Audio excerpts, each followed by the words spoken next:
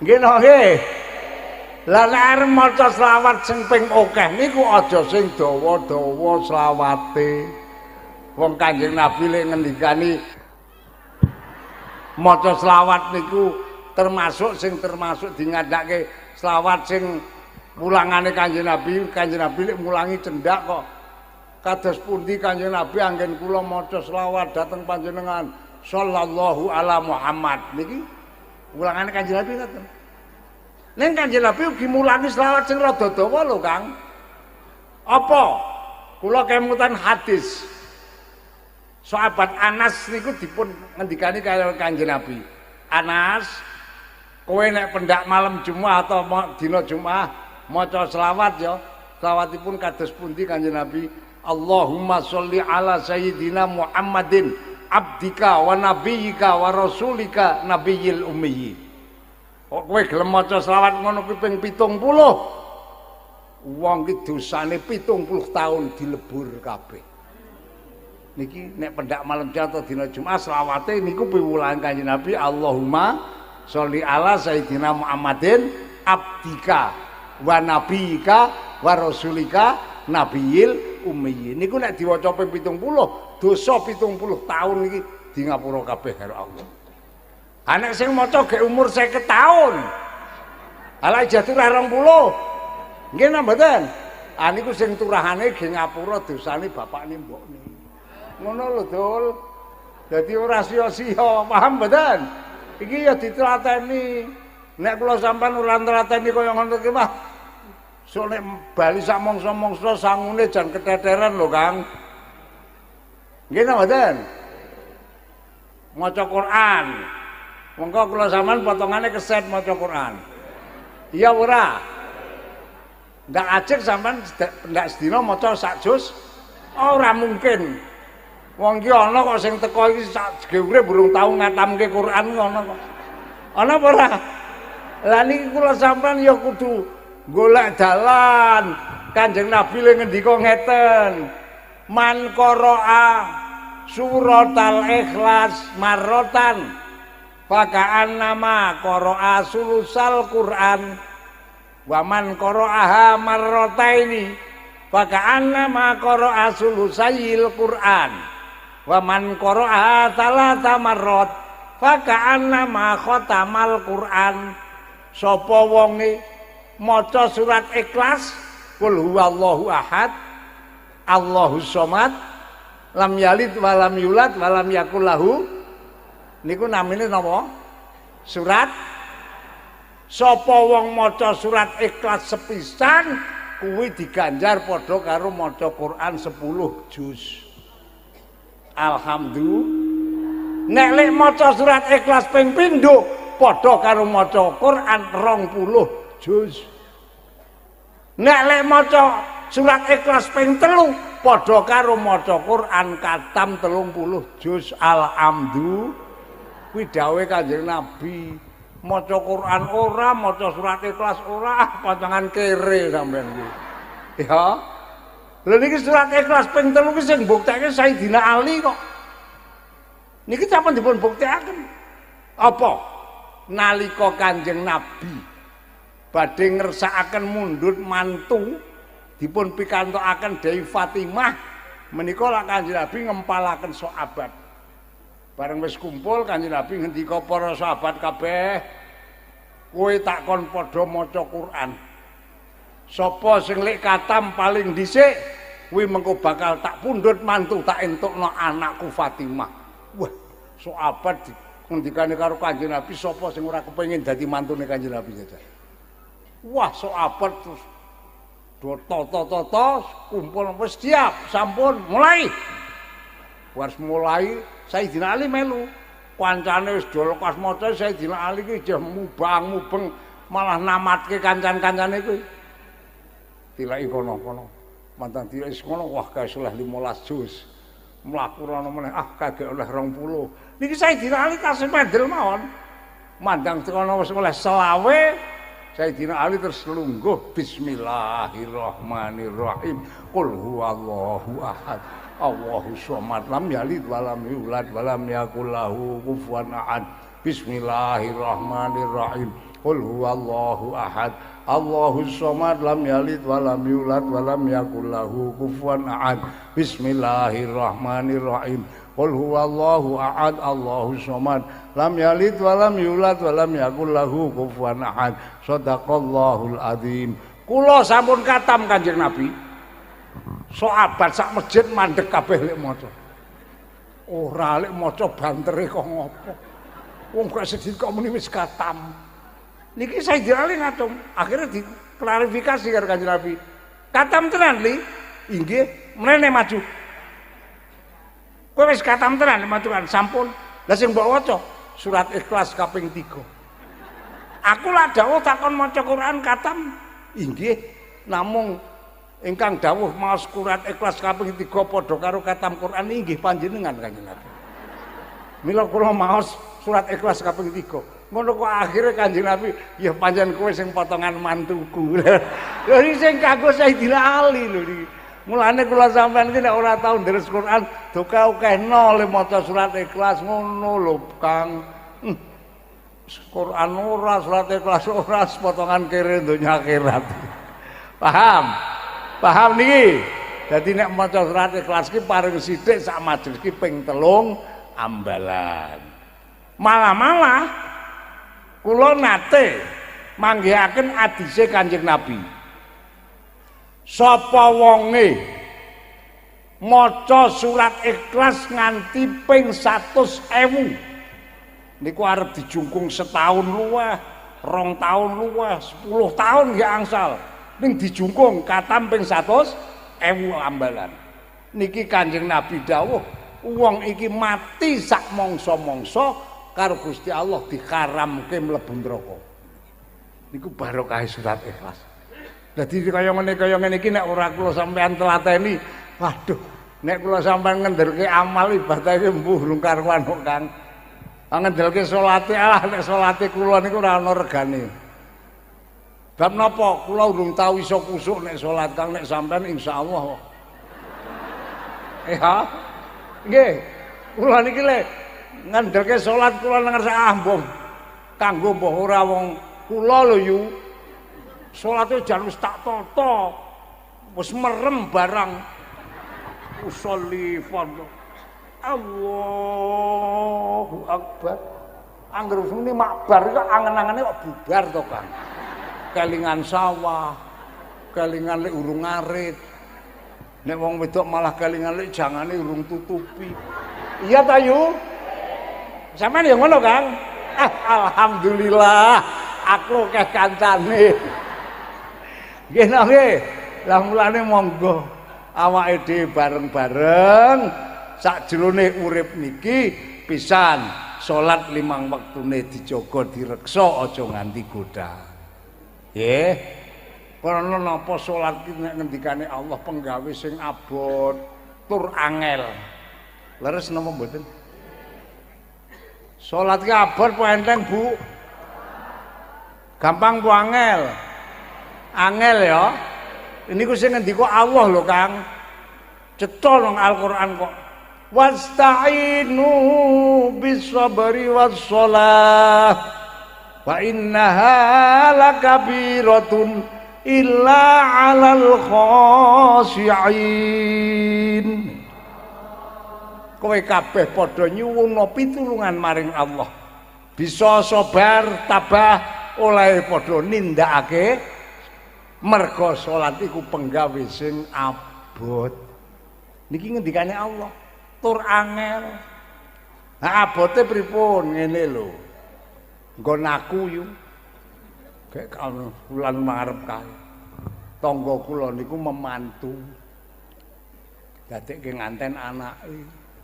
Mandang wis tekan dinane pelaksanaan ngantene le teko jam 12 kliwat 5 menit gek teko acara terus dimulai dibuka tetek bungek serah terima ana mau idoh ana tetek bungek rampung didongani rampung le acara niku jam 3:30 dadi kabeh wong-wong sing do acara kono ora do luhuran. termasuk sing digawe. Nggon aku kok yo. Digawe nganti lali ra luhuran ki wong nggon aku. Wong nggon sapa? Iki dadi salat ku penggawe abot. Leres napa mboten? Tur yo angel niki wau, masyaallah. Angger Allahu Akbar kok bubar. Kula niki kelingan winginane niku, masyaallah. Wonten tangga kula tiyang wedok tuwa. Dhuwur-dhuwur nika liwat menjejere griya kula niku. Kula takoni nanti to, Mbah? Kowe arek goleki putune takon luhuran wong wis dhuwur kok ora bali lah salat. Goleki. Mandang ketemu putune iki gek dolanan karet nih lho karo kancan-kancane. Terus diundang, "Nang, apa Mbah? Bali se salat wis luhur." Posek Mbah urung rampung le salat apa le dolanan. Ora tinggal sik bali salat. Engko sik Mbah ora mulah tak kandhani Nang. Ngopo Mbah? Lek bali salat sik engko baleni meneh. Salat iki kena ge goleki barang ilang. Lek ngandhani putune kuwi. Aku lho ya penasaran. Iki wong tuwa iki piye kok salat kok kena ge goleki barang ilang terus tak cedhaki. Mbah, napa? Sampeyan mau le ngendika karo putune muni salat kena ge goleki barang ilang. Ha pancen kok. Ha kok pancen piye? Ngene lho Mas Kyai, aku kuwi mau gek urung luhuran, goleki dom ki mubret. Ora ketemu. Mandang aku salat begitu Allahu Akbar mak jedul. Oh adom ki tak tubelske nang korden kok ya. Mulane tak goleki ora ketemu. Mandang lebar salat tak jujuk ketemu. Aku niku sing jenenge salat ra kusuk. Kalau salat kok kelingan dom ya. Oh dadi salat niku angel. Mulane monggo do dijaga do direksa salate dijaga kanthi berjamaah. Insyaallah nek salat kula sampean ditindakake kanthi berjamaah iki salat kula sampean nang ngersane Allah ana regane. Allahumma wis sak derajat sak pangkate lah. Syukur iso 5 wektu jamaah terus ora-urane pokoke diupayake sedina sewengi aja nganti suwung saka jamaah. Ya Pak ya. Ya Bu ya. Nek bisa 5 wektu jamaah kabeh. Nek ora ya sedina sewengi aja nganti suwung saka jamaah. Bab kendikanipun Allah salat ki penggawe sing abot. Lah nek jamaah niku insyaallah kaya ngapa wujude salat iki karo Allah diparingi ana regane. Niku kula sing tak nggih pedoman ngendikanipun Imam Abdullah Ibnu Alwi Al-Haddad. Beliau niku ndikaken ngaten. Endi kapan ana papan mbah kuwi masjid mbah kuwi musala nang papan kono ditindakake salat fardu kanthi berjamaah. Tak contohke sing gampang. Nang musala kene nggone Pak Kyai Azhari gek do salat maghrib jamaah. Niki nalika salat maghrib berjamaah niki ditindakaken. Allah nimbali malaikat.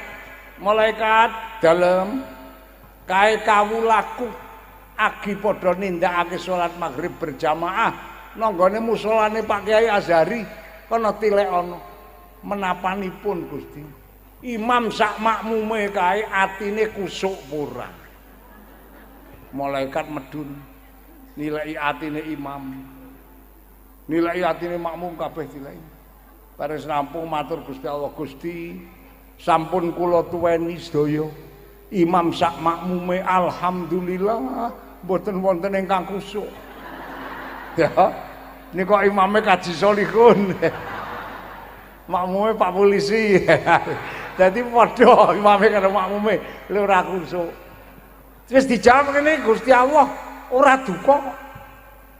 Malah dawuh meneh karo malaikat dalam mudhun meneh tileki menapanipun Gusti. Imam sak makmume ke rungokno wacan-wacane fasih apa ora? Imam rungokke wacane makmum rungokke kabeh. Rampung malaikat matur malih Gusti sampun kula pirengaken imam sak makmume mboten wonten ingkang fasih. Ngono inggih sebabe ompong sedaya. Apa aja biasanya sing jamaah iki wong ngompong-ngompong kok ya. Iki Allah ora duka kok. Jawab ngene ora duka.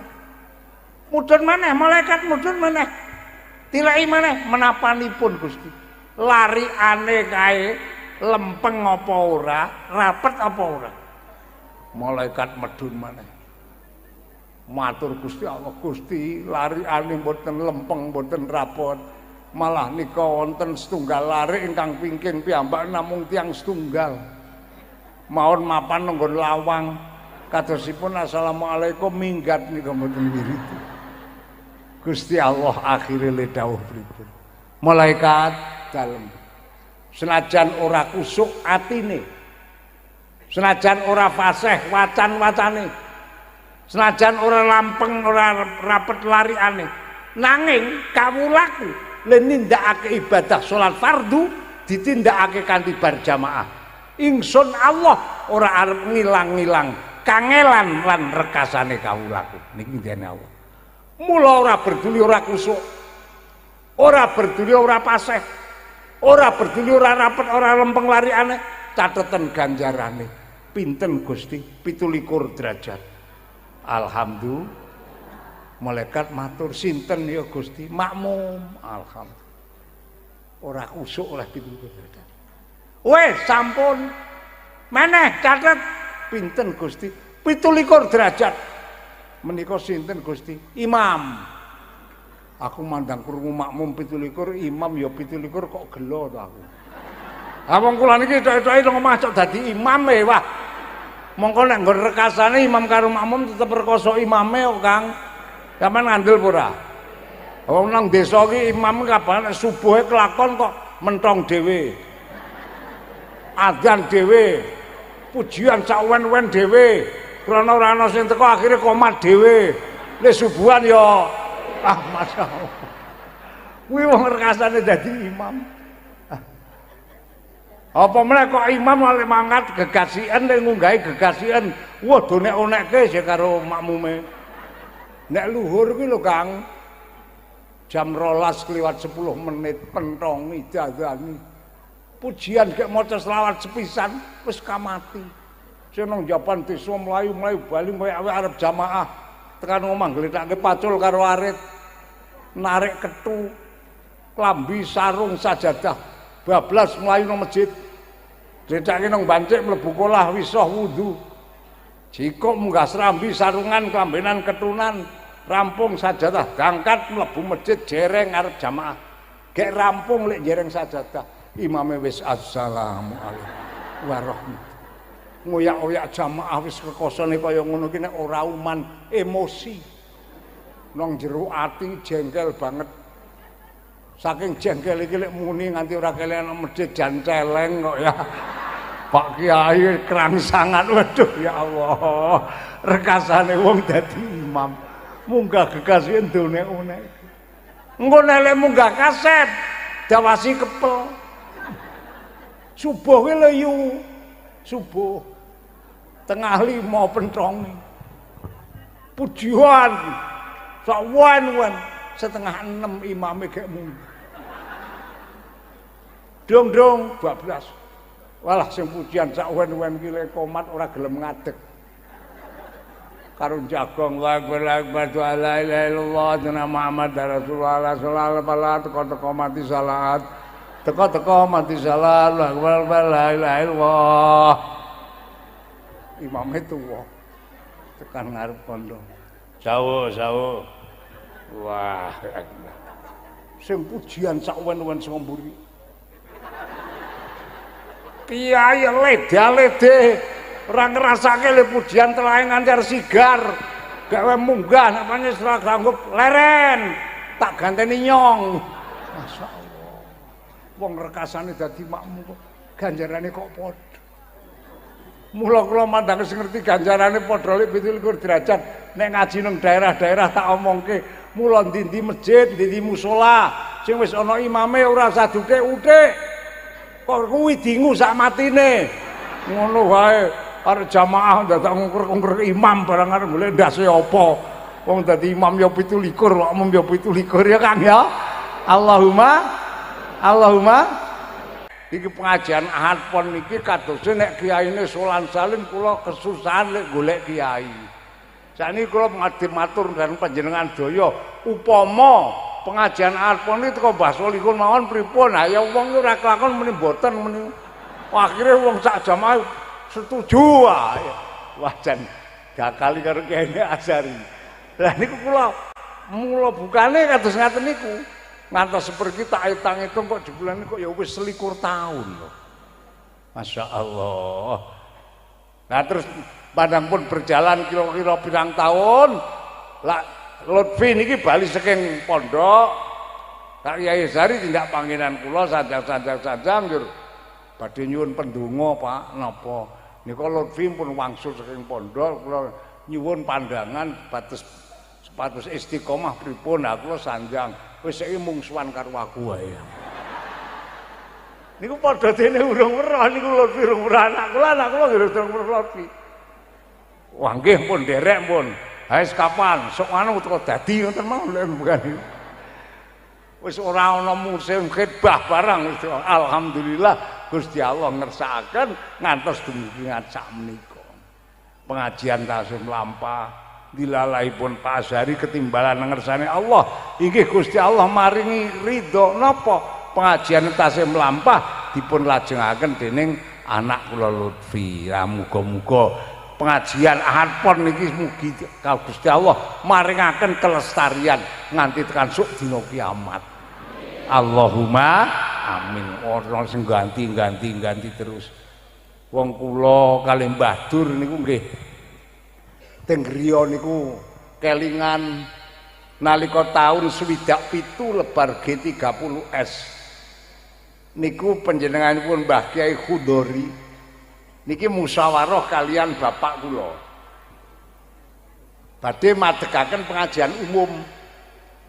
Akhiripun rembagan bapak kula ngendika kalian Pak Kiai Khudori, Dik Khudori dalem Ka Mas nggon aku pengajiane umum tak gawe dina Selasa wae aku nderek tindak lampahe Mbah Kiai Maksum Punduh. Mbah Khudori ngendika nggih nek nggen Ka Mas niku dinten Selasa nderek Mbah Maksum, nggen kula Ngarjo tak dinten Senin mawon kula nderek Mbah Sirat Payaman.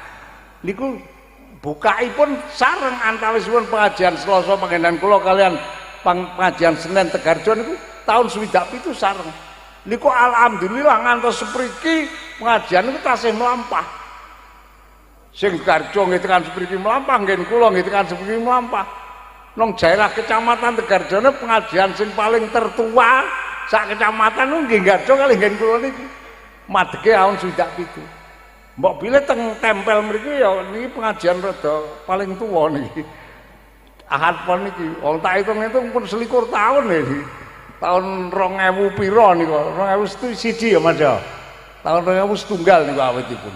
Campur melampah kalih 21 tahun. Alhamdulillah. Mula kula nyuwun dhateng sederek kula sedaya donga lan aminipun mugi-mugi pengajian wonten ing Kerisan dipun paringana lestari ila yaumil kiamah dados jariyahipun para sederek-sederek sedaya. Allahumma Gus Yusuf wis rawuh lho. Wis. Ya. Alhamdulillah niki Gus Yusuf pun rawuh, nggih. Kula niki lak jane mengenteni niki lek ora metu kene. Iya, Usuf ki ngakali wong tuwa. Padune kula lek omong men rada suwe ngono ya. Nggih, monggo mangke pun lajengaken ngaos kalian Gus Yusuf. Saking kula kirang langkung nyuwun pangapunten. Kita akhiri wassalamualaikum warahmatullahi wabarakatuh.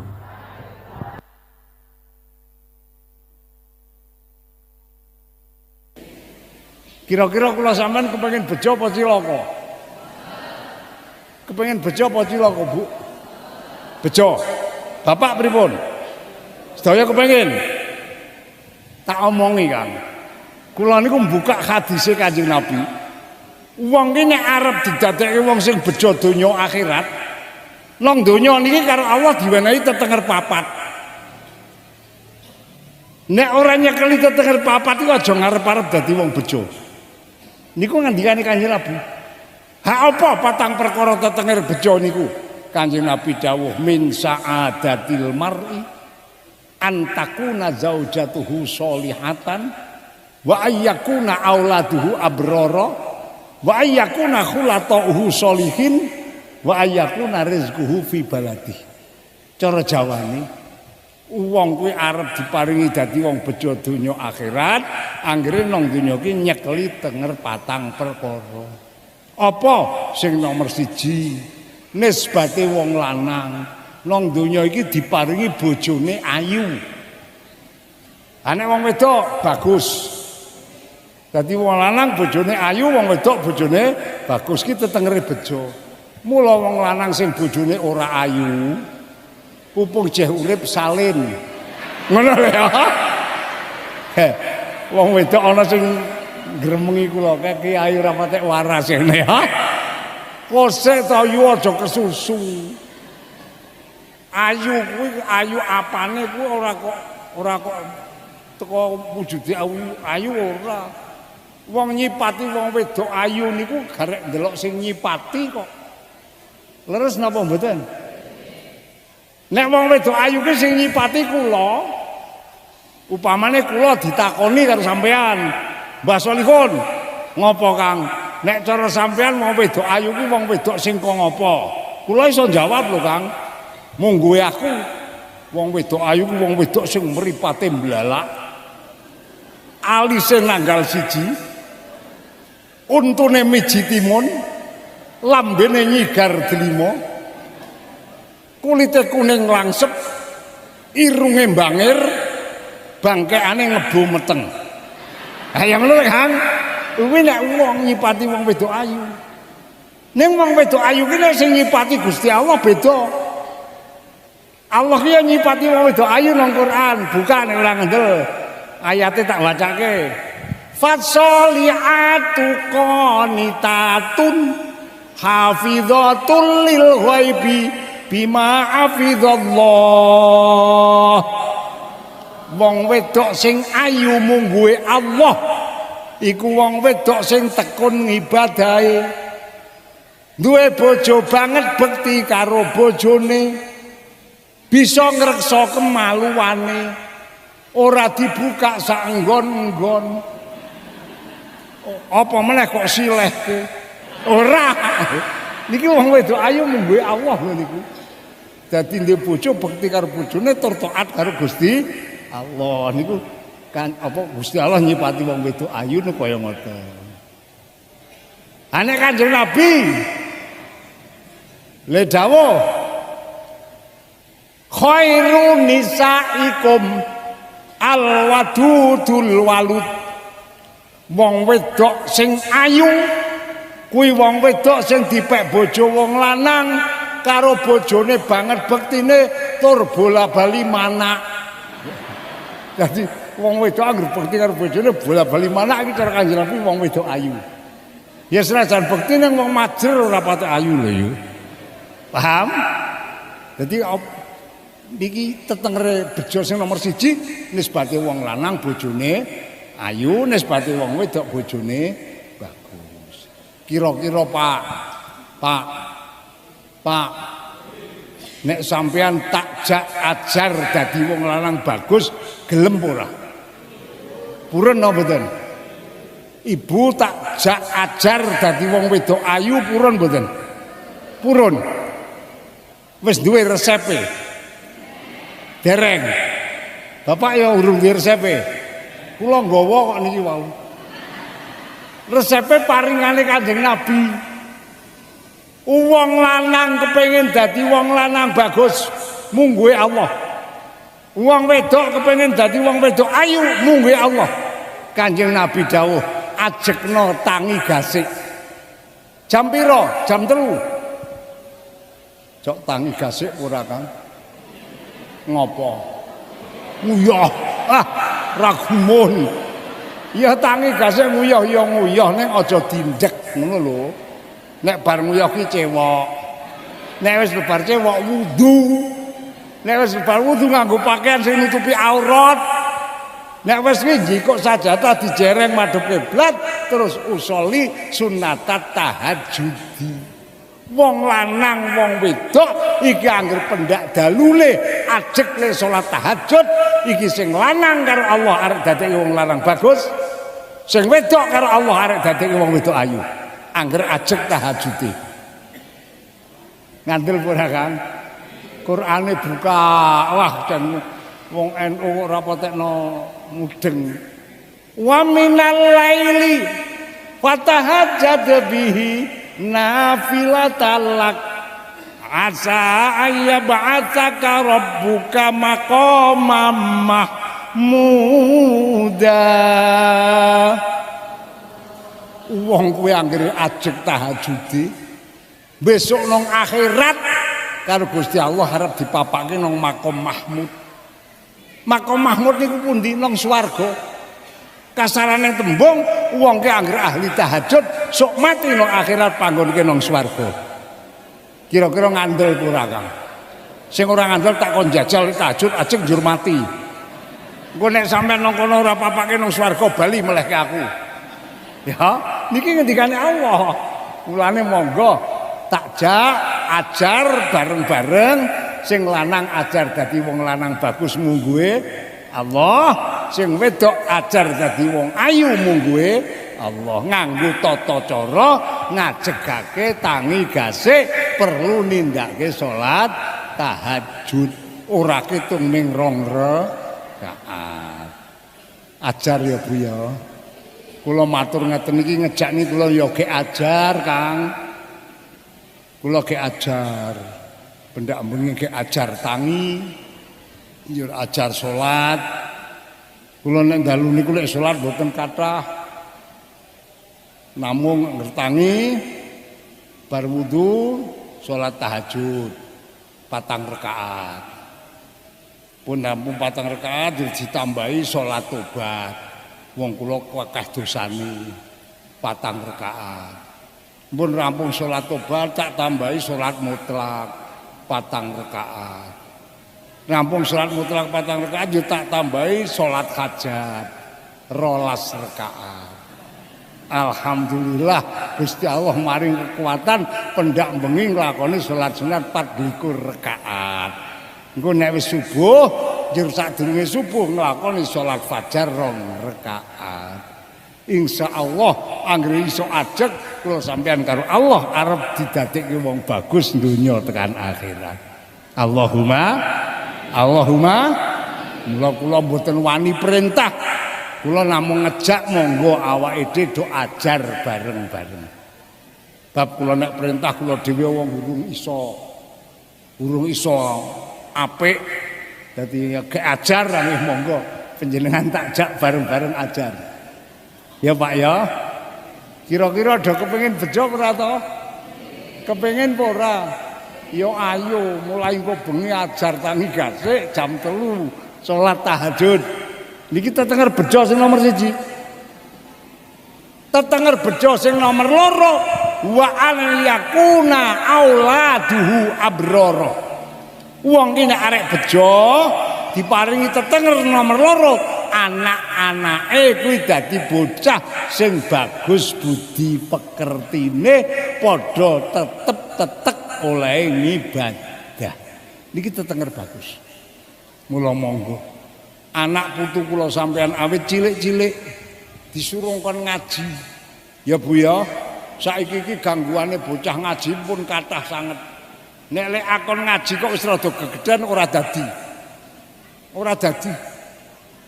Wong gangguane cah ngaji sakniki kathah sanget. Leres napa mboten? Tak unduhke.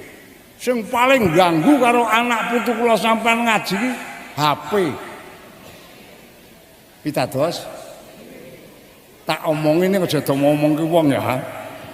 Putu kula iku sekolah TK wae urung. Walah dolanan HP. Ngungkuli mbahne pintere. Niku putu kula.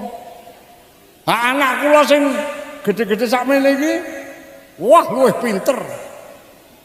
Ning tak sawang-sawang bocah ki angger kenemen lek dolanan HP dadi koclok. Ngandel pura. Niku anak kula kok yu. Ha kok koclok priye? Anjajal ora koclok priye? wong nang mburi omah dhewe nggodoki HP. Kupinge sumpeli putih-putih kaya apa? Oh nggokok dhewe kok karo guyu-guyu karo joget nek ora wong kucruk ora ono. Niku anak kula. Anake sapa? Niki mula monggo anak putu kula panjenengan awit cilik-cilik kudu disurung kon ngaji. Insyaallah anggere wis cilik-cilik disuruh ngaji tekan rada gedhe sithik wis iso maca Quran kena diarep-arep dadi bocah sing saleh. Dadi tetenger bejane kula sampeyan tiyang sepuh. Ane anake kok nganti ora bisa maca Quran blas. Kanjeng Nabi lek ngendika medeni wong di anak nganti tekan gedhe ora bisa maca Quran babar pisan. Tekan ibadahe ora patek bener. Niki mangke anak niki anggere wis akil balik kok nglakoni maksiat wong tuane padha uga isih urip atau wis mati kudu melu nyangga dosa maksiate anak niku. Tegese anak sing maksiat ning wong tuwa tetep melu oleh dosa niku dawuh Kanjeng Nabi. Hanya nggo dosane maksiate anake nek isih urip ngono ora patek krasa. Nggih napa nggih? Wong kula sampean ku pamane anake sing bodho ora iso maca Quran ki maksiat, kula sampean melu oleh dosa ki ora krasa kok. Nggih napa nggih? Sing paling abot nek anak putu kula sampean ora bisa maca Quran babar pisan, wis akil balik nglakoni maksiat, kula sampean sampun pejah. Nauzubillah, summa nauzubillah. Begitu anak nglakoni maksiat, Allah ndhawuhi malaikat dalem ula karo kelabang kae brukno nang kuburane bapakne mbokne. Anake sing nglakoni maksiat bapakne mbokne nang ruangan kubur diamu ula karo kelabang. Ora ngandel jajalo. Lho niki dawuh Nabi. Mula monggo supaya anak putu kula panjenengan dadi tetengere bejane wong tuwa awit cilik-cilik anak putu kon padha ngaji. Ya Pak ya Bu. Luwih-luwih kula sampean wong NU. Kula matur ngaten menika kula nggih nglakoni wong kula ya duwe anak kula menika 12 putu kula nggih dereng kathah nembe setunggal pujul 3 dosa. Putu kula nembe 3 dosa setunggal Kang. Kula ya prihatin banget. Awit cilik-cilik anak tak uyak-uyak tak kon ngaji. Oh nek tak ulang dhewe mboten do purun anak kula niku. Karo ibune dikon kae ngaji karo abah, "Wah, ngopo to galak ngono wah." Jan payah tenan. Anak kula mboten enten sing purun ngaji kalih kula, mergo jarene kula niku galak. Galak ya ngusap dada to kula niku. Wong apike kok ngene. Anake ora deg. Jane kula niku nek mulang ngaji anak mboten galak. Ming niroke. Kula zaman diulang Al-Qur'an bapak kula. Wong kula sing mulangi Al-Qur'an bapak kula piyambak. Nek ngaji karo bapak niku lungguh jejer. Kadang nang tengene bapak, kadang nang kiwane. Niki meja niki Qur'ane. Mangke nek kula nang tengene terus didangu, tekan ngendi nang lehmu ngaji terus tak niki Pak. Terus dipresani. Tak wacake, rungokke, engko nek wis rampung tirokke ya nggih. Niku arek macake ayat diwulangke niku nek kula nggogok nang tengene bapak. Astane bapak sing tengen niki mesti nggih nggodoki kuping kula sing kiwa. Rungokke tak wacake. Niku men rampung macake iki urung culke. Mangke nek kula niroke ana sing kliru, ceneng kuping niku. Dadi kula niku ngaji karo bapak niku setiap rampung ngaji urung tau ora nangis. Mesti nangis akhir rampung ngaji niku. Lah ngono ki tak prakteke kangge anak kula mboten enten sing purun, Kang. Aduh tobat. Akhirnya anak tak ulangi ora gelem, akhire sedaya anak-anak kula niku tak pasrahke karo kiai. Monggo Pak Kiai niki anak kula mboten purun tak ulangi kula. Kula nyuwun titip pados panjenengan cali ngaji. Niki sedaya. Anak 12 kabeh tak titip-titip. Ya alhamdulillah sangka berkah Allah lumantar kula nggih sak derajat pangkat derek dawuhe Nabi, anak-anak kula iki ora ketung bismillahirrahmanirrahim kabeh ya do iso. Oleh berkah Gusti Allah. Niki monggo anak bisa dadi tetenger bejo awe cilik-cilik kon padha ngaji. Sing nomor 3 tetengere bejo donya akhirat wa ayyakuna khulatuhu sholihin. Wong ki srawung sambendinane srawung karo wong saleh. Lah wong arek srawung karo wong saleh ini jar kula dalane gampang kok, Pak. Kula sampean salat 5 wektune, zuhur, asar, maghrib, isya, subuh. Niki kapan ditindakake berjamaah nang masjid apa nang musala setiap waktu panjenengan campur karo wong saleh. Pitados? Pitados? Niki. Engko syukur ditambahi. Nek dong ana pengajian sampean krungu senajan ora diundang mara. Niat ingsun arek nang Jamus arep niat ngaji.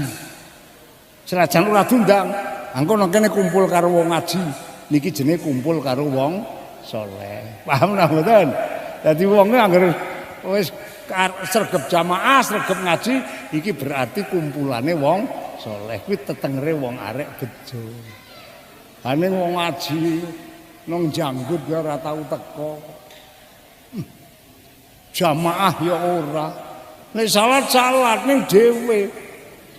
Titeni modar ora konangan tanggane. Nggih nggih. Ora oleh berkahi Gusti Allah, ora campur karo wong saleh. Lah nek campur karo wong saleh iki masyaallah. Engko pas pengajian kok dikita ora ketok.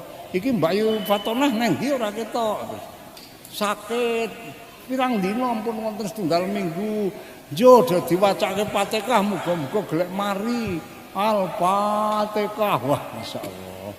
Niku bejane wong campur karo wong saleh. Gek ijeh lara wae wis dikirimi Fatihah apa meneh engko nek mati. Dikirimi tahlil alhamdulillah iki campur karo wong saleh niku. Sing nomor 4 tetenger bejo wa ayyakuna rizquhu fi baladihi. Diparingi dalan rezeki ming nang daerahe dhewe. Nisbate wong luar dodolan ngidul rono ado-adohe ming nang Yojo. Mangkat esuk sore mulih. Ngalor ya ming tekan Magelang. Mangkat esuk sore mulih. Niki jenenge rezekine nang daerah. Wong sakniki niki golek rezeki kono sing tekan luar negeri. Leres napa mboten? Ya do oleh. Ning ora dadi tetenger bejo. Apa rezekine adoh kok nang luar negeri. Kok ora dadi tetenger bejo ngene lho yu. Tak critani. Tangga kula niku ana wong lanang rabi oleh wong wedok. Kose dilalah akhirnya karo Allah diparingi anak loro cilik-cilik. Mandang anake cilik-cilik iki loro, sing lanang lek dadi pegawai pabrik kena PHK. Leren. Sing wedok lek dadi pelayan toko ditokke. Lanang wedok ora nyambut. Bengi rembugan. Mas, napa Dik? Nek sampeyan ora nyambut gawe, aku ya ora nyambut gawe iki njur anake arek pakani apa. Sing lanang kondo, aku ki ya wis ikhtiar, Dik, golek gawean mrono mrene ning pancen karo Gusti Allah gulung diparingi. Sing wedok usul, nek aku ya tak melu ada-ada nyambut gawe, sampeyan kira-kira oleh apa ora, Mas? Ya oleh wong demi anak kok. Oleh ya wis nek aku diolehi, sesuk aku tak golek gawean. Mending ngono sing wedok. Mandang esuke lunga teko nang Departemen Tenaga Kerja. Daftarke TKW. Tenaga Kerja Wanita. Dilah daftarke ketompo. Terus dikabari Mbak sampean lek daftar TKW ketompo sok Senin mangkat. Dateng pundi Pak kula? Kowe oleh giliran nyambut gawe nang Taiwan. Bali omong sing lanang. Mas napa? Aku lek nyambut gawe daftar teng tenaga kerja ketompo sok Senin kon mangkat nang ndi nang Taiwan. Mula sadurunge mangkat aku matur karo sampean, sepisan aku njaluk ridane. Iya tak ridani wong demi anak kok, Dik. Ping pindhone njaluk pendonga muga-muga mangkat tekan baline paring slamet hasil maksud. Iya tak dongake. Ping telune Mas, gandeng aku lek mangkat dhewe, anak tak tinggal, iki tulung tak titipke sampean anake diupeni, engko nek aku lek nyambut gawe wis oleh bayaran, pendak sasi tak kirimi. Iya aja kuwatir jare sing lanang. Tenan sing wedok mangkat. Ditinggal sing wedoke gak oleh sesasi aja sabar. 2 sasi sabar. 3 sasi aja sabar. 4 sasi dia sabar. Mandang oleh 5 sasi ditinggal sing wedok dicoba karo Allah. Apa? Anak cilik loro mencret kabeh. Walah judeg. Wong lanang tinggali anak cilik loro mencret kabeh. Sing cilik candak, sing gedhe nangis, sing gedhe candak, sing cilik nangis. Suwe-suwe ora kuat ngempet sabar. Ngadeg karo medeli. Kono ora do meneng. Tak tekek sisan kowe. Ora ngrasake mbokmu gak lunga nang Taiwan golek kontol jaran ngono kuwi. Wong pangan nyambut gawe oleh kok mandang jengkel kok darane golek kontol jaran. Tak ora dadi bejo to niku. Ora bejo to ya. Lah niki mulane Kanjeng Nabi niku paring dawuh tetenger bejo sing nomor 4 diparingi dalan rezeki ming nang daerah. Ya muga-muga Pak Bu sedaya kula sampeyan kanthi wasilah ngaji menika dipun paringana berkahe Allah. Tetenger bejo sing 4 perkara muga-muga iso dicekel. Allahumma lah kok kula ijeh urip. Nggih. Sauriki saged sowan. Lah mula kula lek ngaji ya ora arek ngomongke apa-apa mung arek ndongeng kowe wah. Ngomong tuwa. Monggo Kang sare kaya sarene nganten anyar. Kula sampean diparing kenikmatan nang alam kubur mergo duwe celengan amal soleh sing ditindakake nalika urip niki.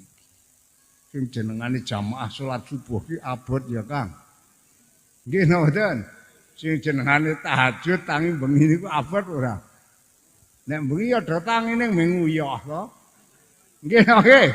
Assalamualaikum warahmatullahi wabarakatuh. Kita unjukaken wonten ngarsa Allah ingkang Maha Agung. Awit saking peparingipun nikmat, rahmat taufik hidayah lan inayahipun wonten ing saat siang menika pribadi kawula katakdiraken dening Allah saged silaturahim dhateng panjenengan sedaya kanthi boten manggihaken alangan setunggal menapa. Muga-muga isowan kula dhateng panjenengan menika pikantuk ridane Gusti Allah. Ingkang saged mbekta kemanfaatan awit donya ngantos akhirat. Allahumma. Bapak Ibu lan para rawuh, nek tak eling-eling pengajian iki sakjane mumpun dangu niki.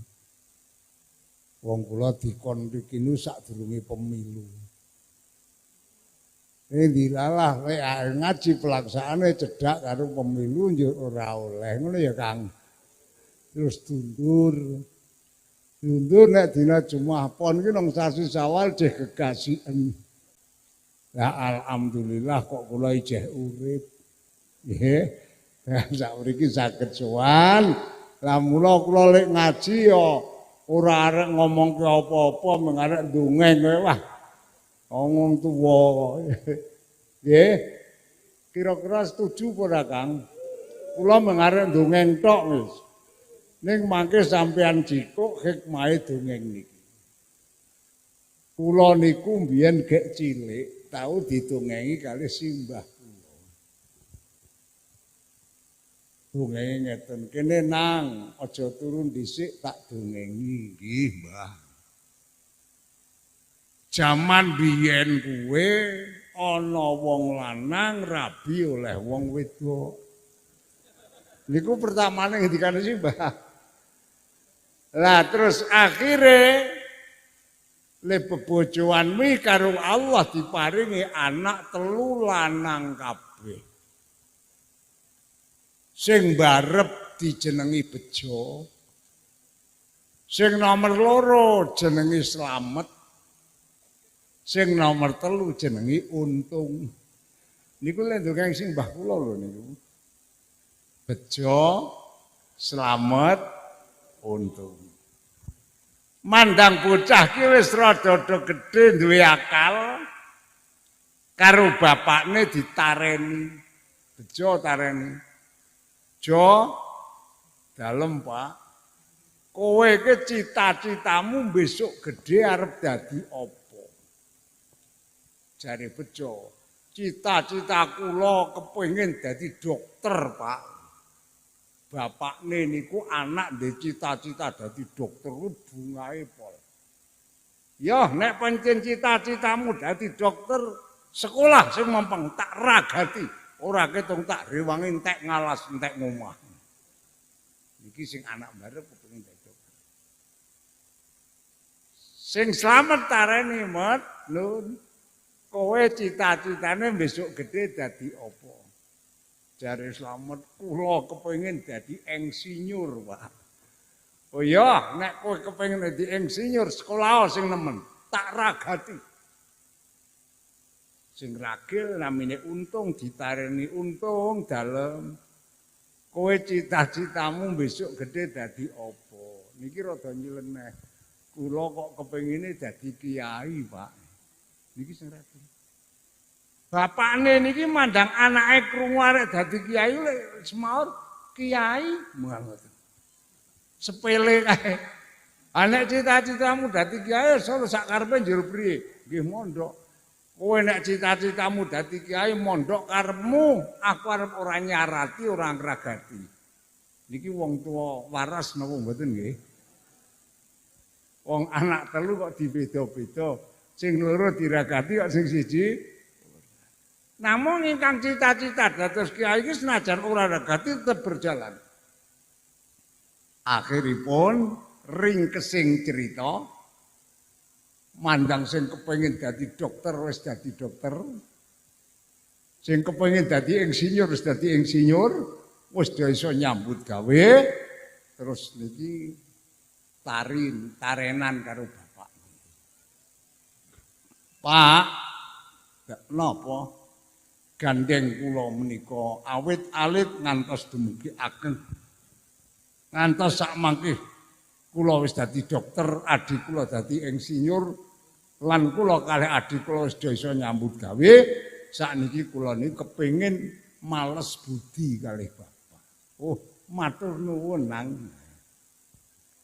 Lah bapak niku kersanipun badhe tindak pundi?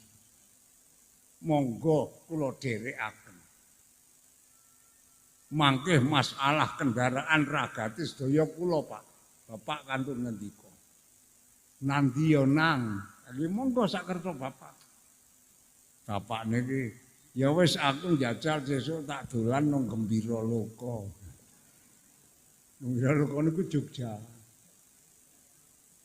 Anang kono ajeng napa Pak? Ayo ndelok kethek barang kuwi. Ana kebon binatang. Lah kendaraane Pak, ya sak karepmu arek tumpake montor ya luweh, arek tumpake andong luweh, arek tumpake sepur ya luweh. Pun ngeten mawon Pak kersane ora repot tak charterke montor. Wis 12 lunga nang Gembira Loka sedina. Bali tekan omah bengi ya mrebukan maneh.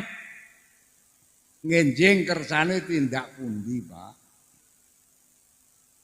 Iya teko sing cedhak kuwi wae nang Tawangmangu. Anten apa ndelok banyu anjlok. Yes. Turuti meneh nang Tawangmangu. Rampung kan ngomah bengi tareni meneh ngenjang kersane tindak pundi, Pak. Aku kok krungu kabar nang Jakarta ki ana Taman Mini Indonesia Indah. mbok jajal aku terna rono tak. Oh nggih, Pak. Akhire golek ke kendaraan bablas. Wah, nang kono ndelok werna-werna. Omah apik sing kaya keong barang ana. Wong iki nyandang nganggo ya werna-werna ana sing wuduh barang bentuk. Wes rampung bali.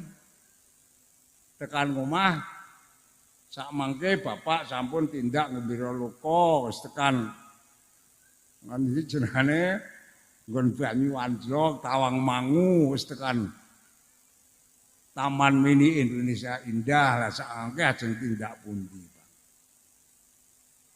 Aku kok njajal kepengin arek weruh Kraton Solo nang. Wah nggih monggo tak derekke. Tekan Kraton Solo delok-delok nanggon kono akhire bapakne niku sanjang. Nang napa?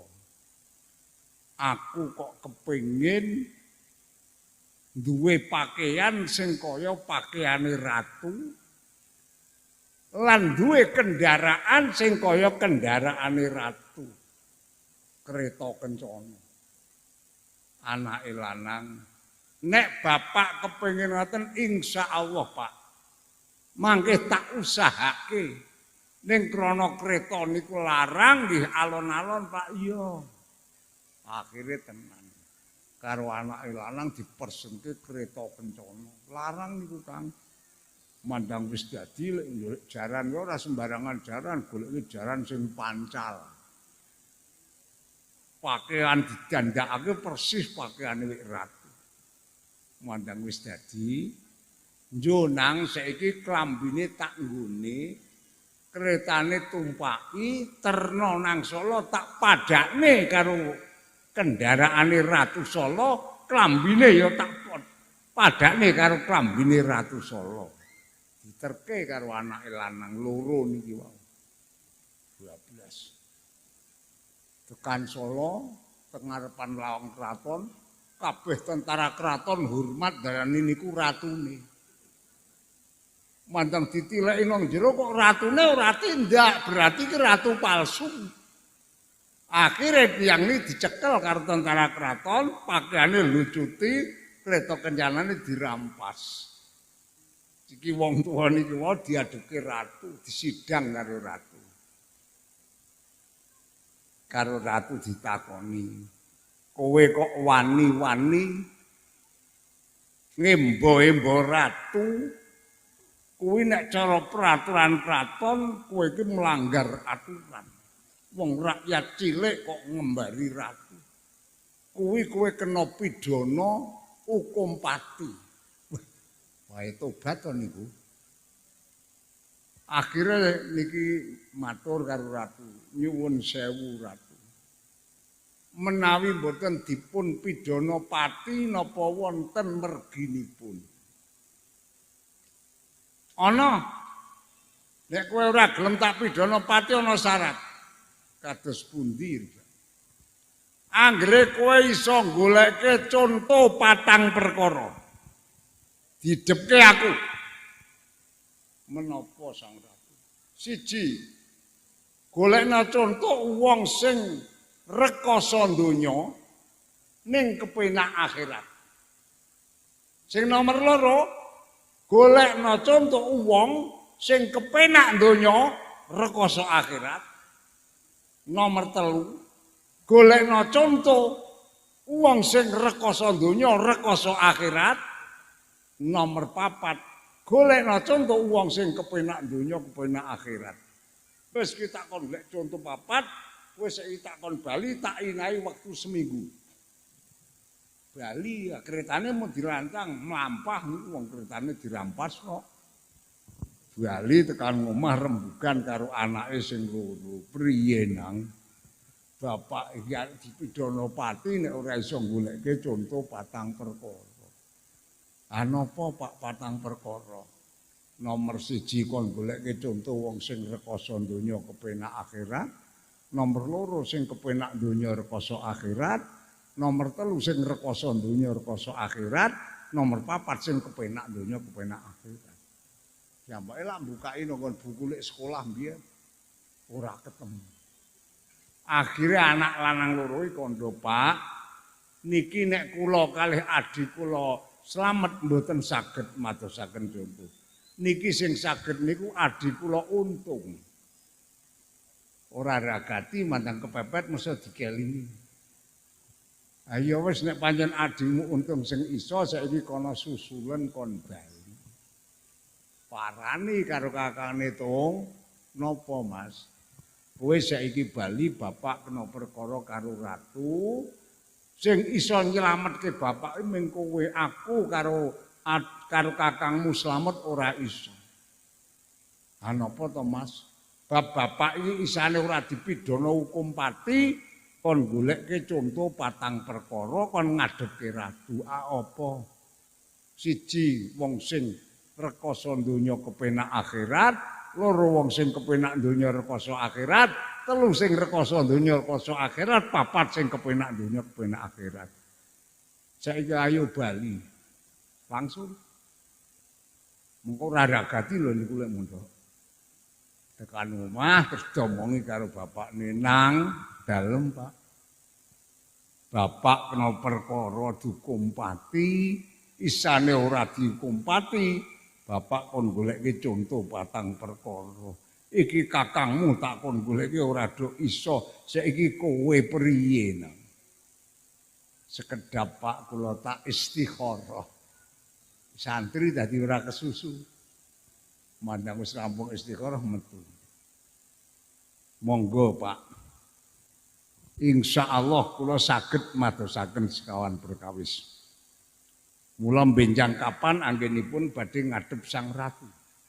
Sok Senen, oh nggih. Akhire dina Senen nyewa dokar Kang wong keretane wis dirampas. Nyewa dokar tunggangi wong 4. Bapakne karo anak 3. Wis mlaku, ketak-ketak. Nang pinggir dalan ki ana buk, ana kali. Nang pinggir buk kuwi ana wong mancing. Wong iki mung katokan cekak, mblejet ora nggo klambi mancing. Ning ditamatke karo anak lanang sing jenenge Untung niki senajan wujude mancing ning lesane iki ora leren lek zikir. Ah terus Untung kandho mandek-mandek Kang piye? Wong mancing kae gawa. Kok mancing mblejet gawa kesuwen ratu. Wis ora urusan pokoke gawa. Tak cedhakane, Pak, dalem. Sampeyan lek mancing niku sedina cok oleh pira? Lah, mboten mesti Mas, wong kula tiyang mboten gadah. Nyambutipun damel nggih ngeten iki kadang-kadang nggih pikantuk, segedhik kadang-kadang mboten pikantuk. Saiki ngene, Pak. Sampeyan tak jak melu aku leren lek mancing tak upahi 10.000. Oh nggih, wae gelem. Tunggangke andung bablas. Mlaku meneh nang prapatan Abang Ijo kae, wonten manggung. Ah niku andonge mandeg nang kono ki weruh ana wong wedok sing nggo pipi sak dhuwur dengkul.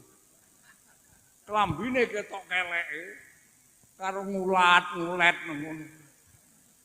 Untung kandha, Mas, napa cewek ke gowo. Kok gowo cewek barang kae engko sing arep nyelametke bapake kae. Oh iya. Terus diundang, takoni werna-werna, wis ayo Mbak sampean melu aku. Tak upahi.